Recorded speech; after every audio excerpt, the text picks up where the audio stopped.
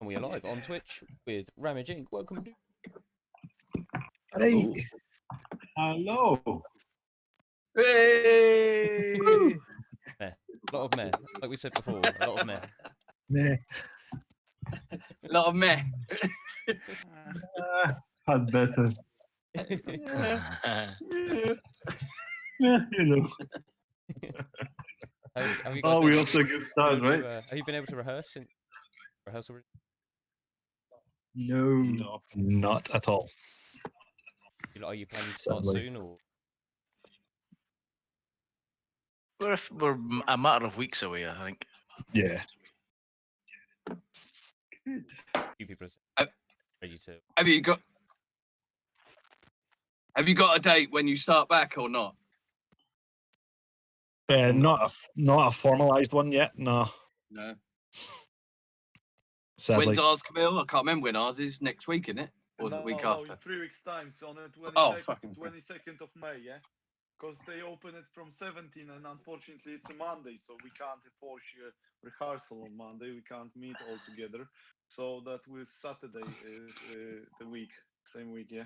So 21st or 22nd, I can't remember. Probably 22nd. Oh, right. Okay, it's not far to go then. Counting down 27th, the days, yeah. aye. 3 weeks' time. Yeah. Yeah, on Means paper that- that seems like a really short time, but it's like, oh my god, this is the longest 3 weeks ever. Yeah. To be honest, compared to that whole time when we just waiting to when the rehearsal rooms will be open, so 3 weeks is actually nothing. Yeah, I suppose aye. Yeah. Well, but they all opened in here, like, so. Shouldn't be long now. It shouldn't be long, hopefully. Got a couple of gigs booked. We do. Big ones. I'll stop you. We do, but it's not confirmed yet, so, you know. Not allowed to talk about it. We know. You know how it works. If we spill it now, the promoter might be unhappy, and I think a lot of it's rescheduled stuff as well, basically. Yeah, I found that to be quite a big problem. Is the fact that the already booked bands are all so it's so backed up now. It might be like 2023 before there's like an open runway again for bands to even apply to do festivals and gigs. and This stuff. year, when it comes Crazy. to festivals, is complete write-off. If you've not been booked for a festival you want to play in 2020, there's absolutely no way you can play it in 2021. It's simply not going to happen. That's right, and I heard that Bloodstock they've now started booking up 2023 already. Yeah. So yeah. What? Really?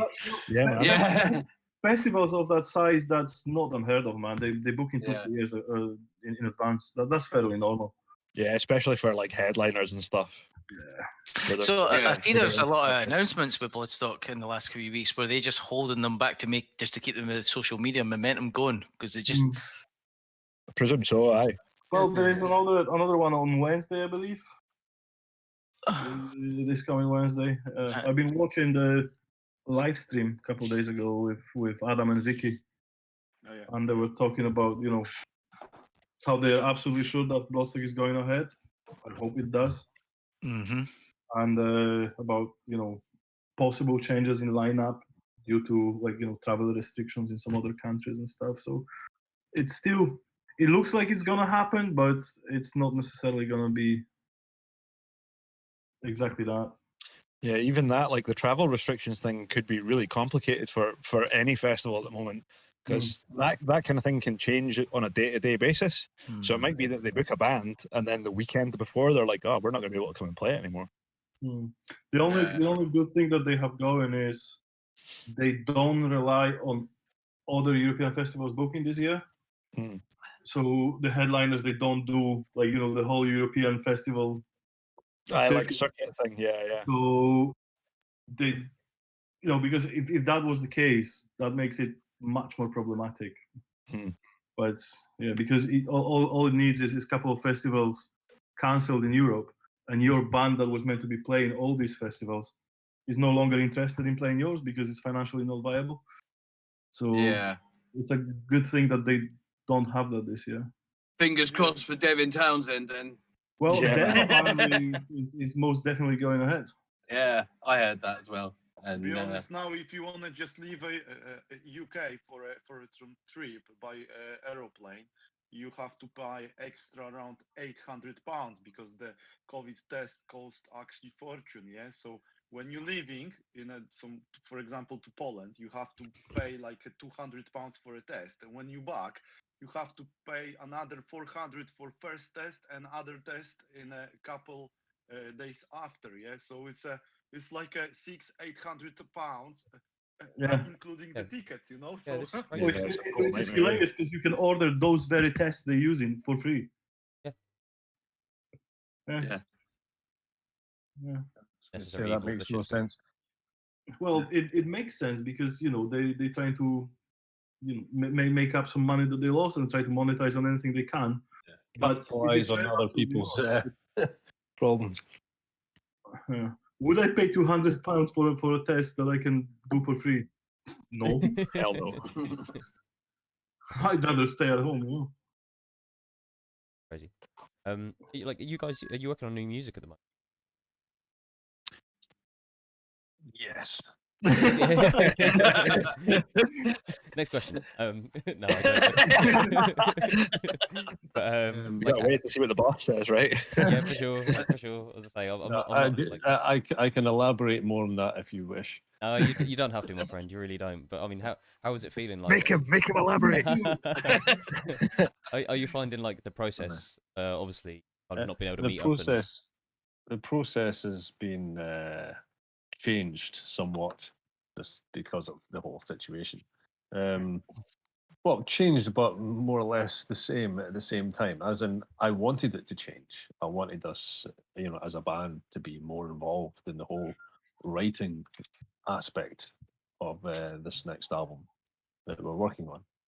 But lo and behold, I've went ahead and done what I would normally do, which is write more than enough material for one album to then present to the guys and whatever state it's in, and then can choose what songs we want to put together after we've actually recorded all the main parts ourselves. We're at the stage now where I'm sending things off to get learned by everybody. And then once we manage to get back, obviously, if these gigs that we've got are going to be going ahead, we need to get in the room together and find out if we can still actually be a band. It's the muscle memory. It's really, I think it's really strange, actually, like how there are two really bald and beardy people next to each other that both have that kind of same kind of program of writing, where like you put everything together, you're the geniuses, you're like, the intelligence behind the music, and it's you're using an awful lot of big words here, man. I'm going to have to get you to speak. What he's saying is like being talented is stressful. That's why you're losing all your hair. Yeah, that is what I was coming to. You two, I mean, you can almost be brothers looking at you as well, Okay. which is very strange. Hey, Cam. You want to start a band together? You probably get something done.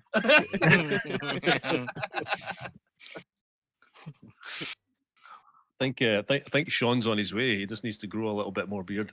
I used to have it. I lopped it off like a You couple of weeks literally ago. cut it last week. Yeah, that was looking good actually. That Proper, one. oh man, I just got bored of it. I see you've got Same here, yeah. I see you've got a Huel T-shirt on. I take it you're a user of their product. Yeah, I'm a hooligan. It's good stuff. Are you exclusively on Hue or just as a part of your diet? Yeah, just general part of diet. I usually have it at work, so I'll have one shake a day. I'll have half of it my morning break, and then the other half in the afternoons. It's just quick food. No, this. But you do eat other things too, yeah? Yeah, for sure. Because I've met some people that are living only off Huel, and they are crazy, I think. I know, man. Yeah, a friend of mine done it for like 1 whole month. He just had nothing but Huel, and he said like the last And week. nothing but. Yeah, exactly. Yeah, he said like whole last week he was just craving a pizza. And he obviously like the very first day he could eat a pizza, he ate a pizza and just had like the worst case of the shits. That serves you right. Yeah, man, doing that for a whole month must be like living off space food. That's mental, like. Yeah. But they just released salted caramel flavor, so. Has anyone tried that?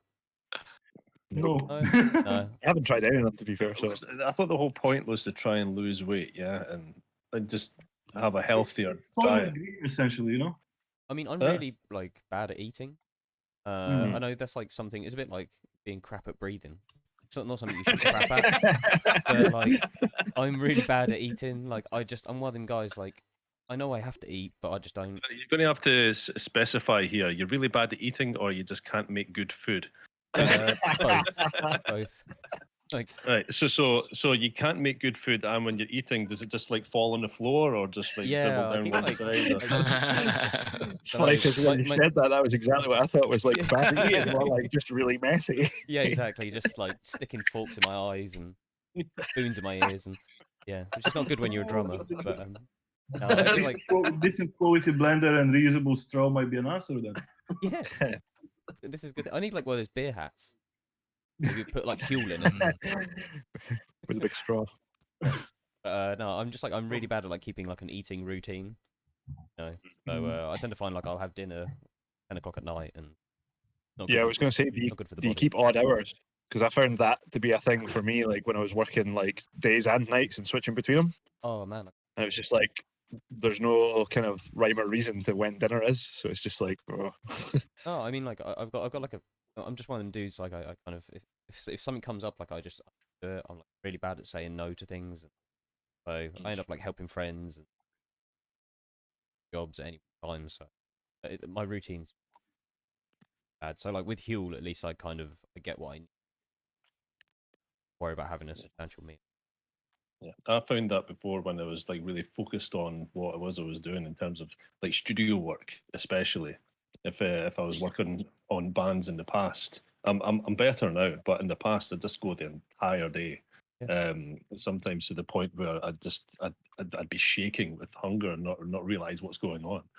And I'd end up just like grabbing the nearest packet of Maryland cookies just to stop the shakes, Stop it. I've done that. I've done that during sex. got halfway through and it's like, oh fuck, what's happening? Gonna need some cookies. Conversation has been lowered. Give me some custard creams. I genuinely you can always rely on me to lower it. Halfway through sex, you just started scoffing cookies. No, hold on, I'm just gonna go make a bacon sandwich. Yeah. If you into role play, like Cookie Monster is a good option. This is a good idea. This is something. You'd be all over Pornhub on that. Oh, I want to learn. But more I bet about you. that. Sure. I bet you both, Brian and Camille, I bet you're both really regular on the eating times and stuff. I know Camille's got like 6 stomachs and loves everything meat. He'll just like, yeah. We're currently we're building a studio at the minute, and it seems to be more about what food Camille has brought to the party rather than actually doing any work. Yeah, he spent way too much time yesterday. Polish household, we do that. Yeah. It's all about passion, It's like I can't stop thinking about the food, The story is like when I was 11, I accidentally broke my leg, and I spent like 4 months in a bed, have a plaster from my hip to my toes, And my mom was feeding me, so she just left food on a table, left me for 8 hours because unfortunately she has to go to work. and after 4 months time, I was like a 10, 11 years old boy, and I was over 100, So my stomach was huge, I was huge. I lose the weight, but I still have that appetite since that time. I kind of hope that story will go different direction. That my mom used to go to work and let me food out, but it was always like 2 inches too far away for me to reach. So Make you work for the food. Yeah, that would do it. That would explain a lot if that was the case, wouldn't it? No, I can't get enough of it. Give it to me. So how is it going with the studio build? Slowly, but we are getting there. Yeah, I think we could potentially finish it this year. That's awesome. It looks like a mega project. Like it's cool space. Like yeah, it's really cool, really good. Old barn, a bit like I think you guys have got one up where you are, haven't you? That you use. It's a bit like that, but a bit more decrepit, I think. And it's got no ceiling. It looks bigger than the one we've converted. Ours was like a double garage workshop that used to belong to Ramage's dad. So it looks big in pictures, but it's not actually massive. Like, hey, no, it's not. That's what she said. It could accommodate 2 cars and a motorbike. That was what was in it before. Yeah. My dad had built it, and it's all we needed for a rehearsal space at the time, because we used to share a rehearsal space, and it was costing us quite a lot of money. And then the people that we were sharing with left, which would have meant that we would have had to either find another band to share with, which would have taken up more room, because the old band only used like an electric kit. Is that right? Aye. Yeah. And Hammy's kit at the time was about the size of it was 2 kits combined, wasn't it? Aye. And it was the Tamaha. I was going through my Mike Portnoy phase at the time, so I was like, the Tamaha hybrid Hammy kit, and so it made sense, like that space was there, and I wanted to also have my own space to just do some recording as well. So we spent a bit of money on that and done it up, and it was good, and it is good. Yeah, I think it makes sense if you've got that kind of ambition to be in a band for a long time, then it is justifiable. Like some people start bands and only have the intention of being together for like a few gigs and that's it. Like we've seen over the years so many bands come and go, but I've been doing this since the age of 15, and actually that barn is round the back of my mother's house, and before my dad died, he said, it's yours. If you want to do something with it, do something with it. So I said, yep, I'm going to turn it into a studio. And he said, well, I hope you do it, and I hope you find the right people to do it with. Just make sure that when you do the interior, just leave one stone wall open for drum recording. It'll be amazing. Yeah, totally. Oh, yeah. Yeah. Okay. It's good to have one reflective surface like that, and stone walls are beautiful. The best way to handle it is actually leave the wall bare, but then put some kind of like curtain system over it, so you can close it off when you don't want the reflections, and then open it up when you do want them. But I know that Jim, you're a sucker for ambience in a sound. Yeah. So that will definitely help that, man. Okay. I was thinking because we discussed this yesterday, we were thinking putting just glass doors on one wall, with an area that you can go out onto a decked area next to the drum room, so that it's more for when Sean gets fucking frustrated and angry, he's got somewhere where he can open the doors and go out and start fucking swearing. But I did have that secondary intention of something bouncing off something with a hard, reflective surface as well. So, good point, well made. That's my accountant will send you an invoice for that later on. What, you thought it's free? Consulting fees, mate. That's how the world goes round. Like, yeah, nothing's ever free, is it? The best thing in life are free. So are you managing to write right now without the studio? Yeah, we are. It's been really hard because we're not fucking experts in the field of recording like you are. You know, I just gave you a compliment there. Take that. It's good to That's hear. all right. That's one for the year. Make the best of it. So for me, like, you know, experimentation, the COVID situation has been a huge opportunity, and I think every band needs to look at the ways they can use the COVID as an opportunity to find out new things. And for me, it was reamping and you know, kind of trying to put all the natural feel of instruments and sounds into back into digital.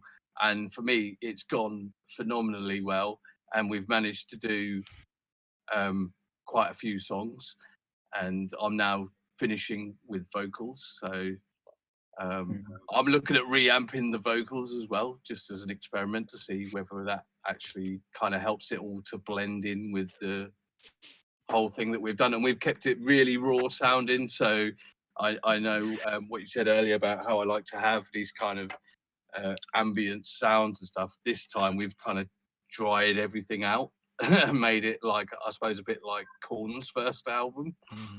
And it's Do you feel like when you're doing all this stuff in the COVID era and you're experimenting with all these toys and stuff, and I guess your imagination can run riot, are you still keeping like a thought on like how we're going to do that live? Yeah, absolutely, always. You have to, because it can just fall on its ass, can't it? So bad. When you get, oh shit, I didn't realise how hard that was to play when you get to play a gig. But no, yeah, it's all simple. It's all easy stuff.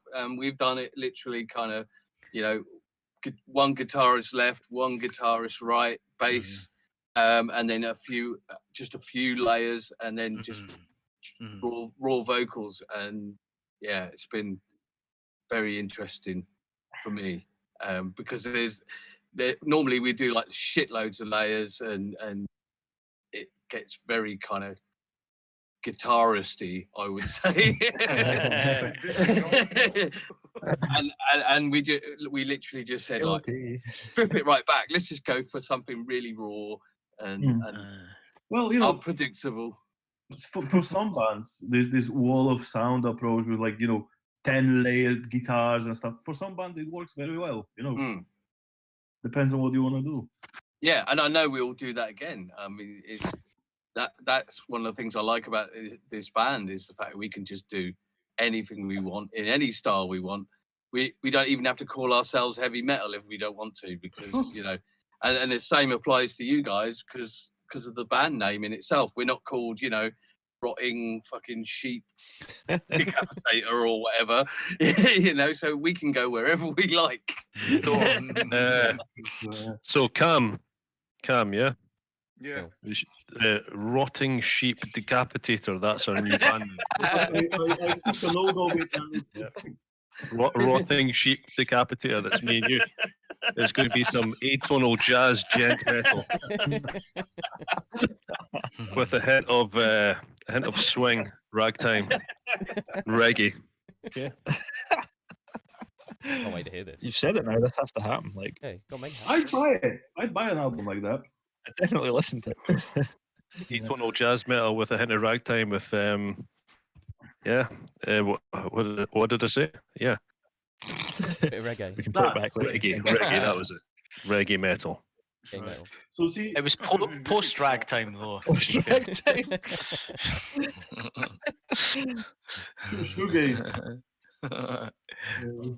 So see, all the stuff that you're writing, are you still doing this as a collection of songs, or are you writing like X number of songs and you're gonna release it as an album, or what's the idea behind it?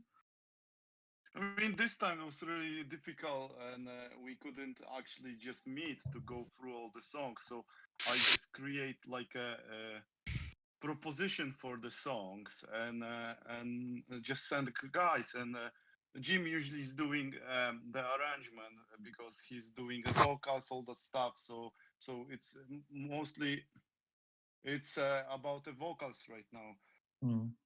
Yeah, normally I'll just chop it all up and say, like, you know, I want it to go like this. But on this occasion, I just said, just we'll just run with whatever you come up with. That's fine. Just to keep it kind of different, a bit weird, and it's kind of turned into an EP, I suppose, hasn't it? Mhm. Yeah. Well, but I mean, all these songs like recently released, "Are You With Me"? Is that something that will be on the album, or is just a single? Basically, those 4 singles, they supposed to be on album, but we can't actually force recording right now from COVID reason and other stuff. So we just decided to create a few songs, and that was purpose.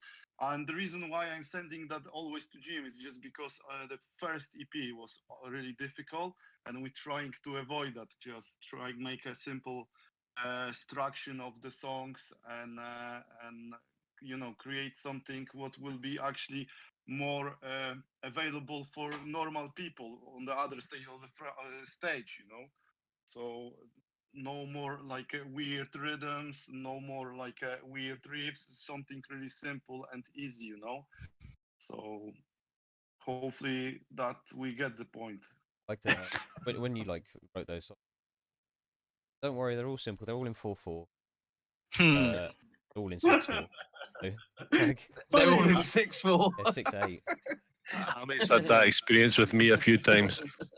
No, it's Ramage keeps saying, like, in every interview and in every conversation we had, that how we are a prog band. Like, we are not a prog band, we are a metal band. And then he sent us a track, and it's just the proggiest, fucking weirdest shit he ever wrote. But no, I'm not writing prog songs. So I didn't think it was weird. yeah, but he also didn't think it was proggy. It wasn't that proggy. I know. I'd like- Pretty proggy. The 6-minute intro of fucking weird noise, that's normal. Yeah. They're making stuff up now. This is all lies. This is okay. It is. It's all lies. Don't listen to them. They're just 100%. So when you guys start jamming these songs that you've sort of pretty much just done digitally, what's going to be your approach? Are you going to, because once you get hands and fingers and limbs in it in a real room, are you going to let the songs potentially like organically like develop in the room, or are you just going to stick to what was recorded and like go, that's the goal, stick to that? No, I think yeah, it's for me, I important think to they get in a room, innit? I mean, they'll And evolve. they will. Yeah, I've never said personally keep the song as it's recorded. If you feel like there's something in there when you do a rehearsal that could have been missed when you record it, then just throw it in, because it's as far as I'm concerned, that's an improvement. that's always the annoying thing, because like previous albums we've done, it's always been done like written and recorded right there and then. Like as soon as we had the facilities to get things down, that'd be it, and it'd get released. And like after touring and playing songs for like many months, you end up adding little bits here and there, like little flourishes and things that are like really cool in a live situation. You think, oh man, I really missed that from the album. Yeah. But that's what I was hoping to try and avoid in this instance. But I guess we're just going to have to see how we go, you know.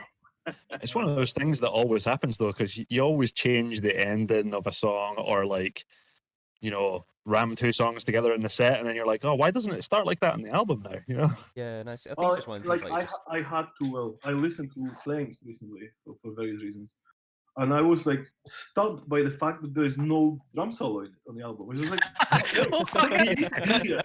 because we always like stop the There's song. always a drum solo. Aye. Yeah, I was, what? But what were you doing listening to your least favorite song ever? There is a good question. reason. That's a lie. There is It's a his good most reason favorite for song it, now. Like, but I can't talk about it yet. But there's a good reason for it. well, yeah. I No longer my forgot about that. Totally. oh, we got Martin was dead against us ever played it. He didn't even want it on the album. He hated it. And then we were like, no, but we're going to play it live as well. Oh my god, conflict. Full on arguments. It's all right. Sorry. He went from hate it, it's shite to, oh, it's all right, I'll do it. Well, I can see why other people like it. Oh, No, it, it's like it was a one of grow. our favourites and the most popular tune in the set. Aye, and now he's listening in his own private space, and now he's even admitting to it as well, like, publicly. I tell you why later on. Okay. I cannot wait. Yeah. I mean, like, I think Oh, we've got by the some way, fun. Hammy, my deepest condolences, my man. Fuck off, cunt. I missed something. Yeah.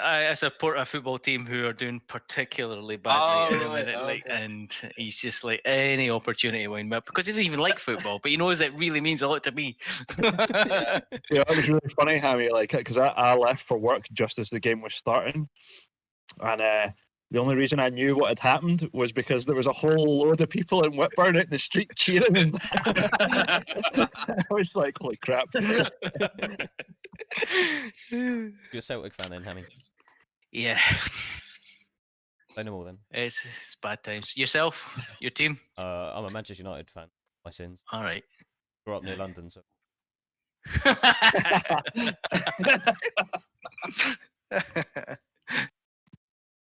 I did actually work for Tottenham Hotspur for a little while. All right. Yeah, I know. well down in my estimation. Yeah, I know. I was just I don't do football, but I was just looking for a job, and this job came up to kind of work in their merch department, just selling the kit, and I couldn't understand why anyone would want to buy a brown football kit. So it's really hard, really hard to try and sell that one. And because people will phone me up and go, what did you think of the game last night? I was like, don't care. yeah, pretty good. Because that was really good. I didn't get that. Yeah, oh yeah, I love him. Yeah. You remember that episode of IT Crowd when they were talking football? Oh No. yeah, I think I've seen that. Yeah. You see that Ludicrous display last night? Yeah, it's awesome. Oh, for sure. I have the same thing with rugby. Like I don't follow football as well. I don't have interest in it. But there is a funny story. Like sometimes work takes me to do things like rugby games. and I was working the game. It was like doing sound for announcers and all that. And there's this overly enthusiastic DJ that does commentary live for it. And the game is like, I don't know, an hour or however long the game lasts. And after an hour, I turned to him, like, so which team's Edinburgh? The look he gave me, man, it was hilarious. Yeah. Gonna kill you. I was worried I'm not going to make it out of the stadium, to be honest, but here I am. As a rugby in general, I think. But it's weird, man. You watch it and people are going, yeah, and nothing happens. Nothing's happening. I don't know.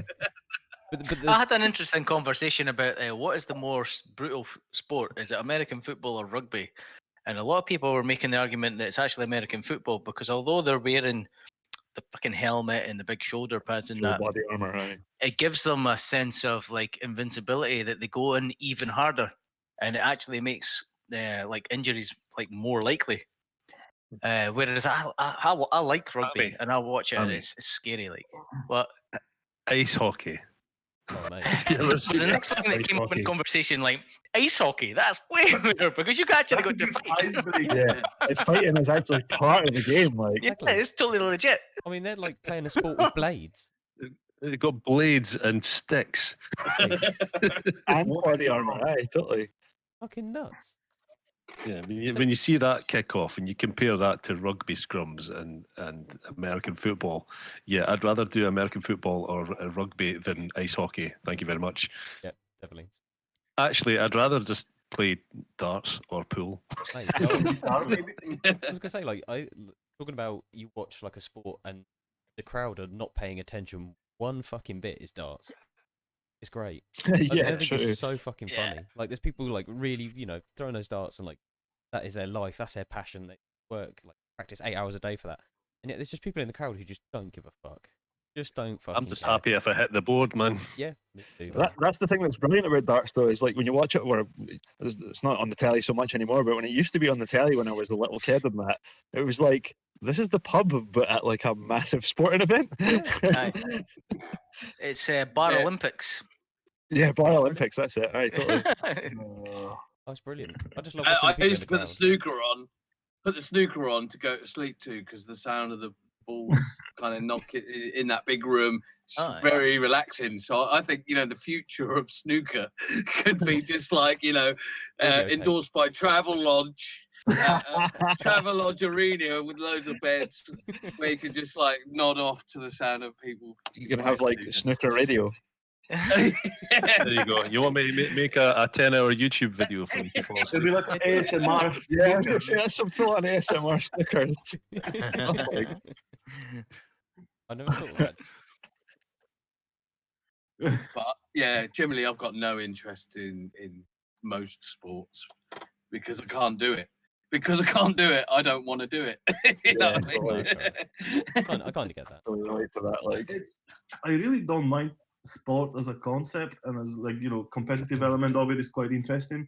I just don't like I'm sorry, Hami, I don't like the fan base and tribalism that is attached to it. That's what really fucking grinds my gear. But that's just me. I think like Yeah, especially in there's football, that. anyways. In football, it's in all the bullshit, racism, goes like these people are. It just brings the worst out in people. Evil shit, isn't it?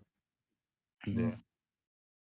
I would counter that by saying, oh, of course, it does bring out the worst in people, but a lot of times it can bring out the best in people. And Racism. no, for fuck's sake.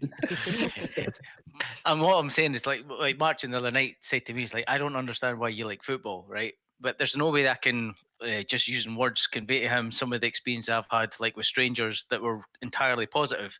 Like hugging strangers in a pub because like our team scored. Like there's hardly anything I can think of in life that could bring two complete strangers like that close for that little period in time. And that's a positive. I know there are negatives as well, but it's not entirely negative. But music does that as well, you know that. Of course everything does that, but only like a competitive sport has that spontaneity that something can happen in a split second and it can generate. Aye. I'm feeling the love for it now. I think I might have to watch. Watch some football. If you see like a 1-year-old child wearing some football team's fucking kit, I think that's a bit much, isn't it? That's indoctrination. That's child abuse, not indoctrination. I wouldn't disagree with that. Yeah. If they're wearing a Manchester United kit, that is child abuse. They need to get on the phone and report that. That's for sure. You would turn out like me, and that's. I will wish that on any fucking people's children. So yeah, that's. Something I like to ask any band that we do the show with is, what's the weirdest thing that's happened to you on stage? Weird. Define weird. I have to bring up every time that Jim shit himself playing live. So every time we do the show, I've done it. Yeah, dear. we have back of continue for him, so just in case. Yeah. You realise I'm going to delete all these eventually because the amount of hassle I'm going to be getting when we actually go back and play live. We're like, oh, did you shit yourself today, mate? Yeah. You're saying actually, Camille, you said we want to get new cab covers. I think we should get ones that just say "Don't poo" on them, just as a reminder to Jim. You're just gonna have to put spare underwear on the rider and that. Yeah. Well, I think any of our stories are going to pale in comparison. I need to hear these, man. Although I know Hammy's fell off the stage once and whilst playing. Did it? That must have been years ago. That was in our old band, Imminous. When that happened. Yeah, and you've had a nosebleed whilst playing, man. Oh, that is cool though. So one of my phobias, and it's not like a rational. Well, when are phobias ever rational? But I've always had this fear that I have a nosebleed on stage, which is weird because like of all the years I've been playing gigs, it's never ever happened. And then at one of the Metal to the Masses gigs, lo and behold, I'm drumming away. Oh fuck! Oh god! I've got a nosebleed. Got a nosebleed. And you can, there's so much you can do about it because your drumstick's going like that. Nose is pissing all over my face. I need to put this into context because Hammy's not explained why he has a phobia of having a nosebleed live. Because, well, I got a lot of nosebleeds. So odds would dictate that it's eventually going to happen when I'm playing in a gig. But I thought it was mostly brought on because of the dry ice machines back in the day. Aye. Really? Which is also like when I was younger, you'd go out more, so you were breathing that stuff in more. And then as I was getting older, I was getting a bit less phobia about it, but it still happened at this gig. And then after the gig, these two guys came up to me and was like, "Man, that fake blood that you had the night, that's so good. You got to do that more often." Oh, if they only know. What about the rest of you The guys? stage phase and cigarette smokes back in the day, that was a fucking lethal combo for your nose and your throat. Yeah. Yeah. So, I used cocaine. well, yeah. MDMA. I jumped in a fridge before the last song once. Why did you jump in the fridge? What? I jumped in a fridge. It was one of these like fridges that you'd lift up. Oh, yes. The lid, Like a chest fridge. one of these chest fridges that you could fit your whole body inside. I think I was in Finland, and I was singing with another band called Celise. Celise? Yeah. What, the Celise? No, From, just Celise from Holland. Yeah. Yeah. I did not know you were in that band. I'm Technically, it still is. Technically still is, Are you? You still are? yeah, still waiting on the guys getting their bums together to record an album. So you replaced Daniel? Yes, I finally Really? met Daniel. Daniel the other year there when we gigged together, Ramage Inc. and Amorphous and them. Textures. Yeah. Awesome guy, isn't he? He's a brilliant. Yeah, it was lovely. Wow, I never knew that. And we toured it was really band with them. It was really weird. Like Celise and Textures practiced next door to each other.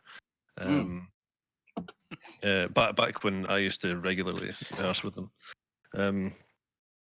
Anyway, I jumped in a fridge because I was playing in Finland and it was the height of summer. And it was this really big venue, lots of people, but everybody was smoking. And I don't smoke, and I hate smoke. And I've never been so hot in my entire life. And I think we were playing about an hour and a half. And it got to the penultimate song, and I was like, "This is not going to happen. I'm actually going to pass out," because I just done one of these really really long notes. So it's I felt my head going. I felt the whole dizziness kicking in. I was like, man, this is not good. So I remember seeing this fridge and it had stored all the water and stuff, for the bands, and I just ran off stage. And when the guys were doing a wee instrumental section, the big crazy bit of music, and jumped in there, and I was, oh man, it was so good. Yeah, I bet. Then I think it was Remco or Phil, the drummer. I don't know who came off stage first to say, "Ramage, you need to get back on. We need to do the last song." And, oh man, but that was well needed.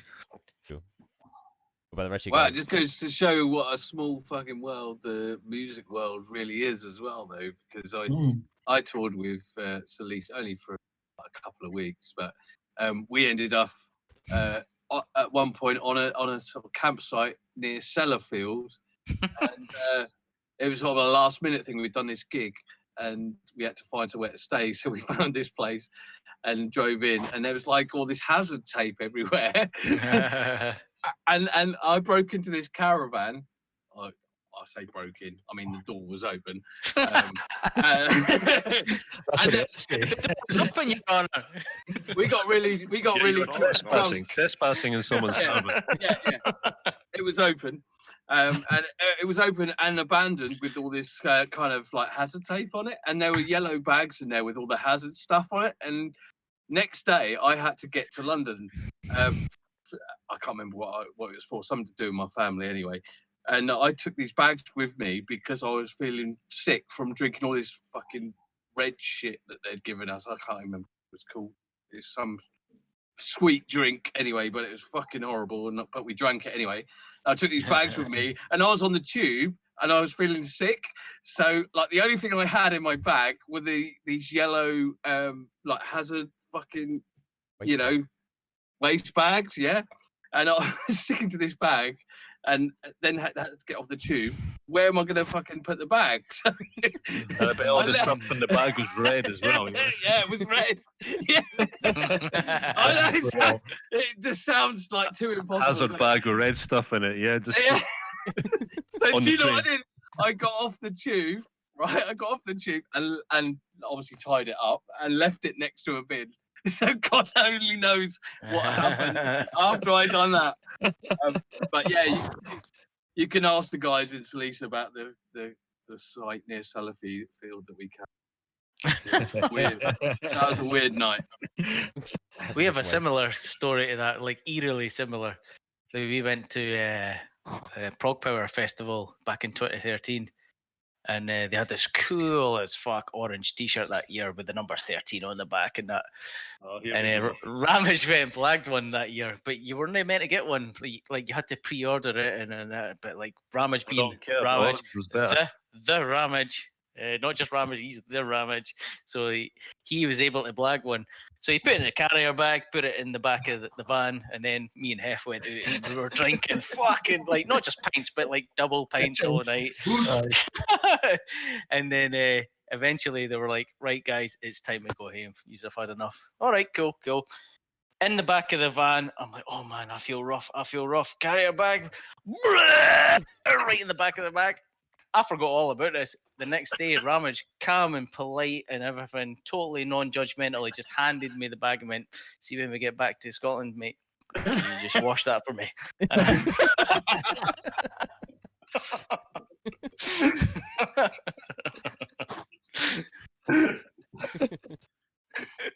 Cool. It's quite dangerous when Ramage gets that polite. You know? Borderline psycho. Cool. Obviously, like, a bit conscious of the time, guys. So, start trying to wrap this up. Just for anyone who's watching, where can we find like Ramage Inc's like latest music? Where can we buy your merch, like stuff online? It's pretty much everywhere at the moment. All normal digital outlets that people are used to. It's on iMusic, Spotify. You can buy our stuff, our merchandise from our Bandcamp. And on our website as well. Yeah, our website has links to everything, which is ramageinc.net. And yeah, but we're a bit low on merch at the moment because we haven't sporting it right there. Yeah, still got a few of the album from 2012, which was Feel the Waves. We've got some left of the Earthshaker, but no, not many T-shirts left. I'm afraid we need to get some more. We're the same. We haven't bothered. It's like, you know, you have to be at a gig to kind of sell it, really, don't you? Now, online sales don't really work for us, but yeah. Did you know, fun fact, Jim, that there is an error in this T-shirt? The one you're wearing. Yeah, there's a misprint in it. I did try and look for this before when you came and stayed at my house. I couldn't find it, could I? Good. I think I've got one that's okay. No, you don't. The only one that's okay, Ramage owns, because it was made by a different company. It was a test print. Yeah, the one prototype that was good. Yeah. Oh, right. Because originally that T-shirt had back print as well. And when I've sent it to the printer, I've sent them the document with 2 layers. Mm-hmm. And if you look on the left side, left top corner, you can see the layer that should be printed on the back underneath, like part of ink. Yeah, So like Anyway, see, yeah, it's there. yeah. So we're going to be making more. that's it. Yeah, he's got it. All right, you found it. Well done. I wasn't sure whether it was a dog hair or something. It's a collectible now, like. Yeah. Still great. Still one of my favourite T-shirts. As you can see, it's starting it's wearing a bit thin now because I wear it a lot. But I have to say, I do love you guys. We're running out of time, but we do have our usual end of the show thing that Sean will take you to. Yeah. So, so if I could ask one of you guys to pick a number between 1 and 30. 13. 13. Lucky. Lucky 13. Okay, so the question is, would you rather get a taser in the gooch or pepper spray up the butt? No. Oh, no. Define gooch. The area between, That's the bit between your balls and your bumhole. Yeah. The bit between your balls and your asshole. See, I reckon that would be instantly horrible, but then, like, after maybe 30 seconds, you'd be like, that's actually all right. Just a normal weekend. It's just, like, horrible the whole time. Like. I think like the pepper spray would like last a couple of days. I'm probably Why would you going to ask say that question anyway? That's like why? Taser will be over quicker, like. Yeah, taser for me, please. Taser. Yeah. That's four for the taser. Yeah, it's all in on the taser. I think it's the taser. Yeah, man. I think like Yeah, I'm the only going like for that. the only other question I'd ask is, would you shit yourself? I suppose if you got the taser. Like, that's the only thing I ask myself. Jim, would you? Yeah. Just one of them things. Just falls out. Sunday, innit? Just an actual gym thing. You need to work on like your sphincter. I have pelvic been. floor exercises. You know. I'm all right How now. did you end up in this part of the conversation again, sir? They just picking on me. Sorry, Jim. Sorry, You Jim. wait till you shit yourself on stage. You're never gonna fucking hear the end of it. Hey, I get called a cunt It on a daily happened basis. once. So. Once it happened, right? Yeah, just once, and I'll get this forever. Yeah. Because if it ever happens again, it's not weird, right? Yeah. It's a routine thankful. thing, you know? I take it was It's like a shtick rather than just a one-off incident, eh? I think it was like a low-level gig. It wasn't like a big gig or anything. So otherwise, it'd be on YouTube somewhere. Yeah. Karen says I'll definitely shit myself. Thank you, Karen. Cool, guys, man. Thank you so much for coming, hang with us on a Sunday, man. I appreciate it. I know Thanks you guys for have got to having go. us. For having us, yeah. No, not at all, man. Thank you so much. So, yeah. Nice anyways, night, everybody. Thank you. Good pleasure, man. It's really great to see you all again. Hopefully we can see you in the Miss first you. game soon, Love like. you. Bye. See you on the road at some point, yeah? Yeah, Sure, man. hopefully. See you out there. Yeah, man. Get that tour sorted. All right. Do it. Catch you later, dudes. Later, see All you. right.